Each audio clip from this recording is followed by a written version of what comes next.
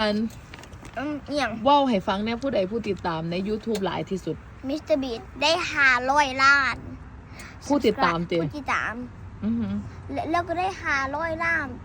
เลยบะเอ็นน้ำเด้อได้ของรางวัลพิเศษจาก YouTube เด้แม่นเราแค่เพิ่งได้ได้มื้อนี้เนาะมื้อคืนเขายังเงิน400เท่าไหร่499 ล้านเมื่อคืนให้เป็น1 ล้านอันดีใจกับมิสเตอร์บีทบ่ดีใจมากแล้วเราเฮ็ดคอนเทนต์อีหยังก็ฟังหน่อยมิสเตอร์บีทคอนเทนต์ build school 10 อันแล้วก็สร้างบ้านแล้วก็ขายแค่1 ดอนแล้วก็ชาเลนจ์ต่างๆเนาะและแม่แล้วก็ให้บ้านแล้วก็เฮ็ดชาเลนจ์แล้วถ้า complete ได้ก็สามารถหาเงินแล้วก็ stay in grocery store